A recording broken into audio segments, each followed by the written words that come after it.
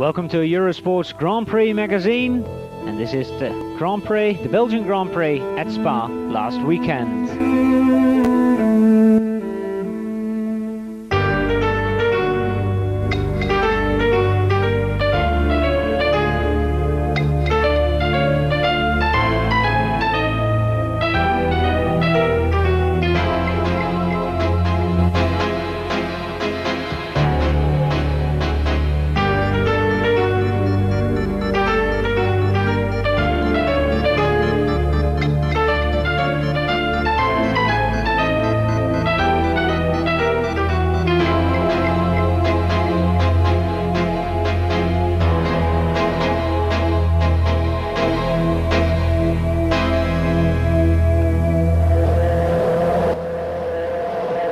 Start this week's program with a look at the Williams garage, where Riccardo Patrese prepares himself for Friday qualifying. Riccardo Patrese, of course, on pole position in Hungary, but he did not win the race as he retired. But 30 laps into the Grand Prix, as spectacular as ever on Saturday morning was Jean Alesi with the Ferrari, although Ferrari was a little bit off the pace in Friday morning's session. A man very definitely on the pace was Nigel Mansell. He was the quickest yet again. Problems for Eric Comas very early on Friday morning. He crashed at Blanchimont, which is about the fastest corner on the circuit, and the first man to arrive on the scene was Ayrton Senna. There we see just the end of Comas' shunt, a massive impact in the tyre walls, and Comas knocked unconscious for a couple of minutes, but no further damage done, and he is very lucky to escape uninjured. Eventually it would result in Comas not qualifying because he didn't take part in Friday afternoon's qualifying session, and of course Saturday's session was wet. Ayrton Senna stopping, seeing if Comas was alright. Actually, Senna was the only driver that stopped to see, and the crowd loved it.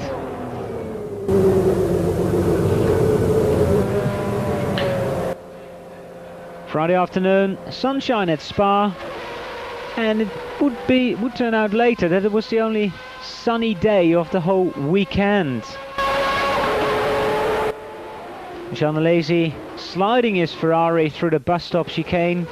Of course, the Spa circuit is partly a road course, it's not used very much, so there's not a lot of rubber, not a lot of grip. And with the rain, all the rubber that was down is being washed away again.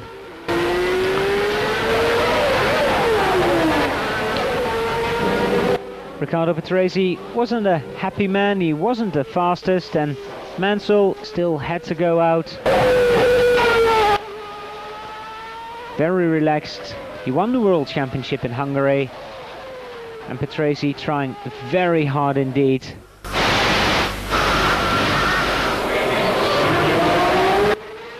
Eventually Riccardo would qualify in 4th place, and this lap maybe would have been enough for 2nd place on the grid, but he lost concentration going through the bus stop chicane and did some damage to his Williams Renault.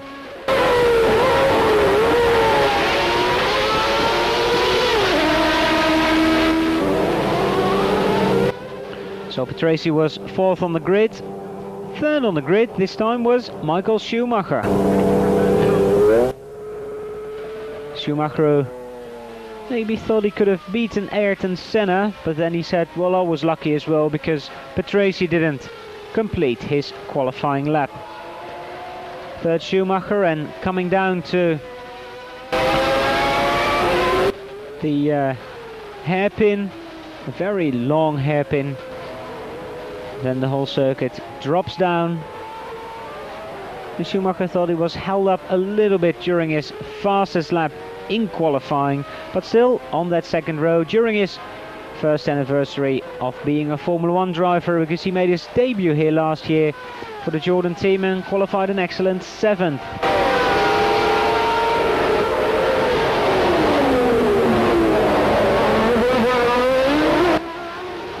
And also Schumacher struggling for grip. Well, he had one car on the front row, and that place belonged to this man, Ayrton Senna. Although 2.2 seconds slower than the man on pole position, Nigel Mansell. Gerhard Berger wasn't a very happy man after qualifying. He was relaxed. He signed for Ferrari.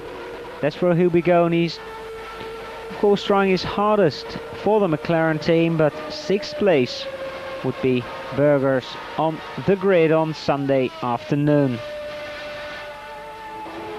But Ayrton Senna, well, the man always gives 110%, whether he's testing, whether he's racing, and whether he's qualifying.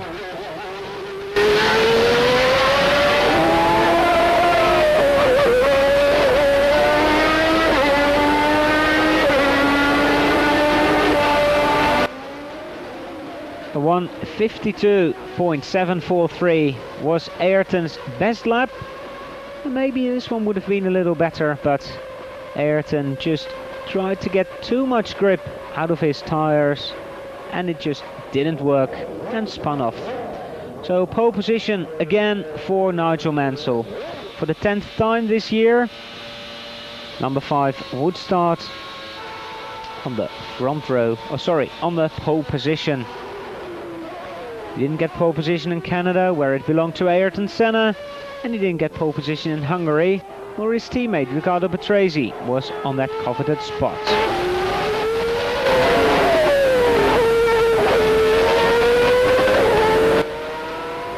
Ron Dennis, when you open a racing newspaper or magazine, there's a lot of things about rumours, who's going where, what driver is going to what team's going to use what engines. You're right in the middle of those rumours. What do you think of those? Well, I think the word's right, it's a rumour, and lots of rumours, and of course they're really based on people's perception of things as opposed to the facts. We are in a difficult situation. Generally in Formula One, we're not immune from reality, meaning economic situation is, I think, biting on most of the teams, and creating more confusion is the fact that Williams have managed to produce a car that's certainly better than the rest of the field, and that makes them an extremely attractive place for drivers to go. And Frank's enjoying what we had in 1988, but history does repeat itself, and hopefully we'll be sorting our own future out in such a way that will allow us to go back and get the sort of results we've enjoyed over the last 7 or 8 years. Nigel Mansell, will he be at Williams, or will it be Alain Prost and Ayrton Senna? Well, we've asked Ayrton Senna how his negotiations were with Williams. Is with Williams totally finished now? Well, as far as I'm concerned, yes, because after trying for quite some time and to put together a deal with them, I believe honestly that they want to put the deal together, not only Williams but also Renault. You know, you learn that you won't manage. Prost has a contract, he has a clause in there that has a veto for me to drive, and it's nothing you can do about it. He simply doesn't want to compete with me in the same car, and it's basically because he knows that in the same car is tough to beat me. He gotta have a different car, and that is sad because this is business, of course, but it's also some sport in it. And considering that Williams is well ahead in technically speaking than anybody else, it means that at the moment I have no alternative to compete with them, with Prost, with another car. If I was in the same car, then we would have a fantastic championship, maybe like we had in 88, 89, big fight.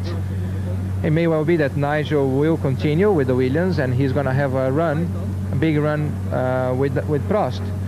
But however, Prost has one style, Mansell has a very different style, and so do I.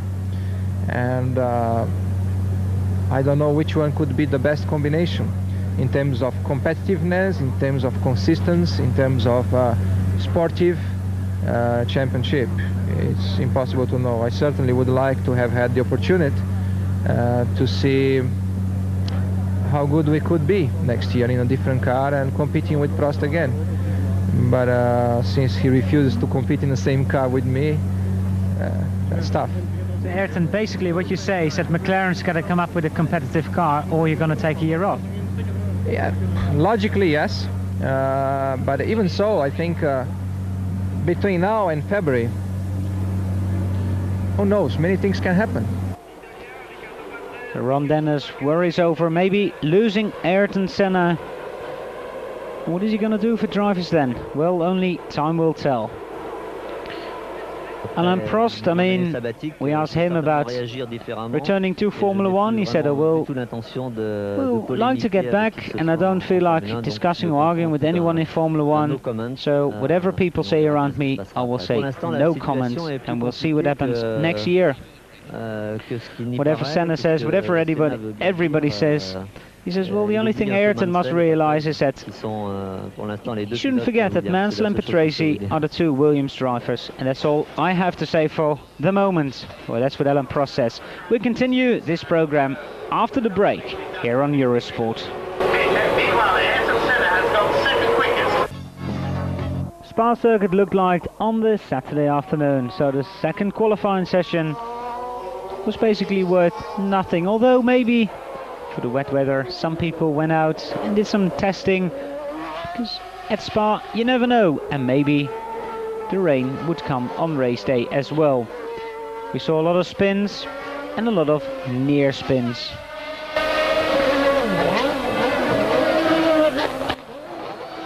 Ukio Katayama struggling for grip. The Venturi LaRousse team actually went out on dry settings with wet weather tires, and they found that they didn't have a lot of grip. JJ Leto, although he ended up 4th fastest in this session, he had a couple of spins of himself. Well, not a lot of grip, I said, for the Venturi LaRousse cars. Here Bertrand Gachot coming out of the Lesueur's hairpin, and Gianni Morbidelli lost grip on a very fast piece of tarmac, coming on to the straight that leads back to the bus stop chicane, and he demolished the rear end of his Minardi. His end lead teammate Christian Fittipaldi failed to qualify on his return to Formula One. He got caught out by the rain as well.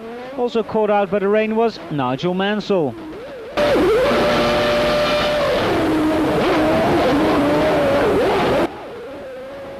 This session came to a premature halt when first Gerhard Berger lost control of his car. Berger here going around Lesueur's hairpin, but on the run down to Eau Rouge and Radillon, the car just aquaplaned left into the Armco.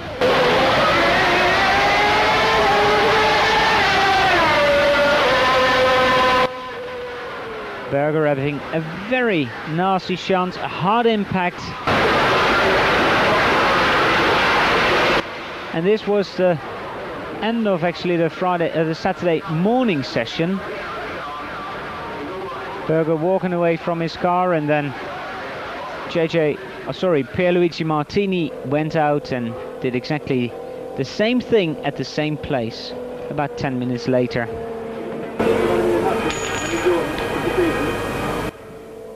So Saturday rained out at Spa.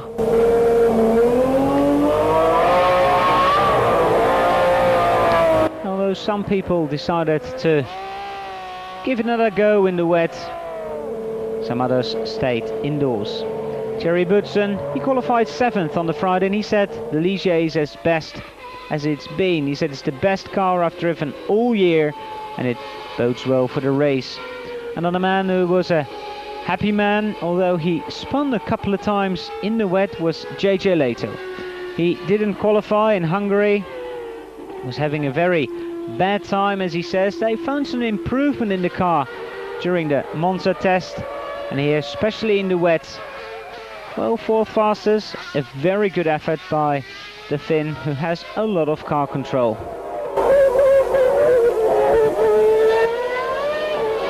JJ, non-qualifying in Hungary didn't make you happy, but the rain this morning and this afternoon here, Must have put a smile back on your face. Well, it's just with the, I mean, we don't have the best car this year, and we have been having a lot of problems with the aerodynamics, and we have no downforce on the car. So in the rain, it's a little bit easier, even with the bad car, to be quick. And also yesterday we were testing in Monza last week, and we changed a lot of things on the car, not aerodynamically but only mechanically, suspension and springs and dampers and things like that, and we got it better. So the car is more drivable. It's still slow, but I was 16, so I'm quite happy for the race anyway. And now they are doing a lot of changes for Monza as well, aerodynamically, new underfloors and things like that, so I'm looking forward.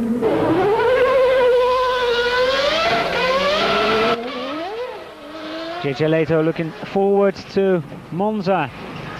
Well, another man who's looking forward to any time he gets into a Formula 1 car is Mika Häkkinen. Now the car is holding up pretty well. You qualified in the top 10 again. Johnny is up there. He was a bit unlucky yesterday, he feels. The car's going better and better, still with a limited budget. Yeah, that's right, but you know, we're getting better. We're getting really better, and the sponsor's really happy.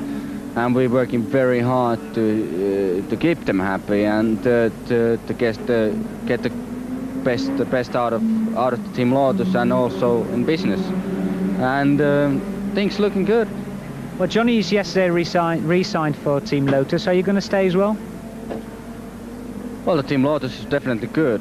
It's growing very fast. It's one of the best teams at the moment.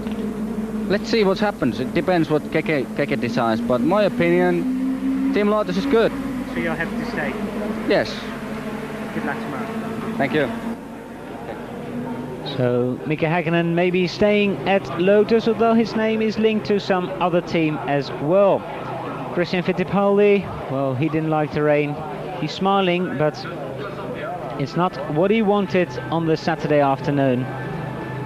Did his first laps during the Monza test again, and he feels he's ready to race the Minardi. Andrea Moda, no pre-qualifying this time because the Brabham team did not get to Spa, but neither car made it into the race. They blew an engine on Friday, and they had only one engine left for the Saturday afternoon qualifying session, but it didn't make any difference because it was wet anyway. Carl Wendlinger, very close to go and test the Sauber, but still in the March F1. Now the luck doesn't seem to run with you in races. In Hockenheim you qualified really well. You had problems in Hungary. You were moving up the order and you got attacked by some other drivers. Does it bother you for Sunday?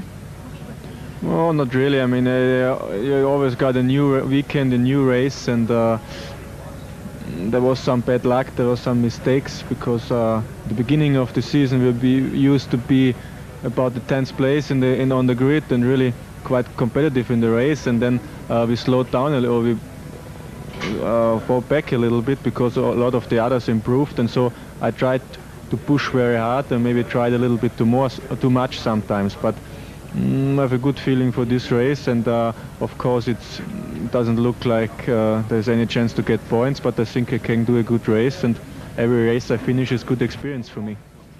Carl Wendlinger, whose place will be taken in the Japanese and Australian Grand Prix by Dutchman Jan Lammers. And Paul Belmondo has left the team, and there's a new man within the March team. That's Emmanuel Naspetti, winner of 5 Formula 3000 races, and he makes his Grand Prix debut here for the March team.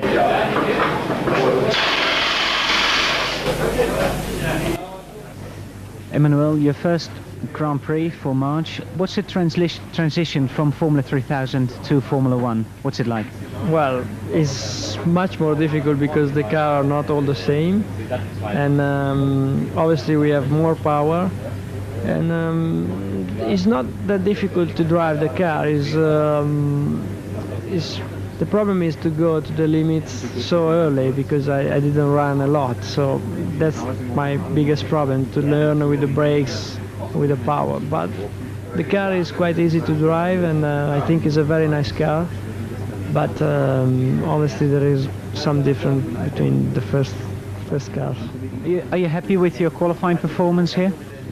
I'm happy because I'm qualified, so I'm happy about it, but I think we could do easy much better. We could do much better, and but some inexperience and some traffic, so that was a big problem. But I'm happy. Now the car is, for your physique, much harder to drive than a Formula 3000 car.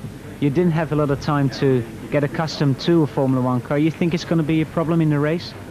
No, it's not a problem, because physically I'm ready to do Formula 1 because I worked a lot on it. It's a couple of years that I'm looking for a place in Formula 1, so I'm ready to do it. It's not a problem. Maspetti qualifying easily with the March. Some other people who had problems on that Saturday afternoon was Martin Brundle and Stefano Modena. They used to be teammates, but Brundle, who turned in, minding his own business, and then Modena, who lost control, just spun straight into the back of him. He said sorry, so what else can you say? I mean, he just lost it under braking. You're not looking in your mirrors as you're trying to turn into Lasso, especially in those conditions, and I just at this last second I saw a blue flash in my right-hand mirror. But by then he was coming at me with amazing speed. I couldn't believe the closing speed. I guess it just shows you how powerful the carbon brakes are, how much they slow the car down, because he slowed down nearly nothing going backwards, huh? Now the second half of the season has been really kind to you. Your good results. What does it bode for next year? Well, there's no telling, is there? Lots going on, lots of changes. I could be here at Benetton, or I'm talking to some other people. You know, we have to wait for the megastars to take a seat in this game of musical chairs, and then we'll all sit down. So hopefully not a good race tomorrow with a wrist that's not really a problem? Yeah, it's not broken. We've just been to the hospital and checked that, but it's pretty sore. But we can put some things on that to make sure it's not a problem for tomorrow. Good luck. Thanks. Martin Brundle, a bit sore in his wrist, but ready to go for 44 laps round the Spa-Francorchamps circuit. Last year in the Jordan he made his Grand Prix debut. Michael Schumacher qualified 7th, but the race didn't last very long. But then he's been the sensation of Formula 1 ever since. Michael, the weekend of your first anniversary in Formula 1. Now, basically from the minute you jumped into a Formula 1 car you've been fast. But has life in Formula 1 been easier than you thought it was going to be, or harder? Let me say, life in Formula 1 is never easy, I would say, but it's easier than I expected it, I have to say. But it is easier for me because circumstances are right, and I'm handling everything quite good in the moment because we have success, and then anything is easy to handle. And I just can say what I learned in 1 year is quite heavy. Maybe somebody else didn't learn it in 5 years, and I'm quite happy about the situation. And actually I'm quite happy to be in 3rd position and not so far away. Now you've created around yourself quite a steady environment, so you can just get on with the job of driving the car. Yeah, that's right. We fix everything around us quite early, and I think more or less okay for everybody, and I think this is an important thing, that nothing is wrong around me that makes life easier. Back to qualifying Friday afternoon. I think 3rd place is about the best you can hope for. Yeah, that's right. I mean, we have to say if Ricciardo wouldn't go out and would continue on his practice, he would be in front of me, but still there would be the situation for me. I was able to catch Ayrton Senna again. I couldn't do, Martini blocked my lap. Okay, that's life. But a 3rd position is fantastic, and I'm happy. Now, what's the forecast for tomorrow? It could well rain, and this is not really the place you want to have a wet race, is it? I mean, we was quick and wet. The car is fantastic in dry and in wet condition, but really, as you say, it is difficult to drive a Formula 1 car in these years in the rain. Especially if you drive behind somebody, you just see nothing, I have to say. I like to have dry condition, but how is the weather forecast? If you hear the weather forecast, it would say, yeah, it could be dry, it could be wet. Good luck tomorrow. Thanks. The start of the race, which will come after the break here on Eurosport, the Belgian Grand Prix magazine.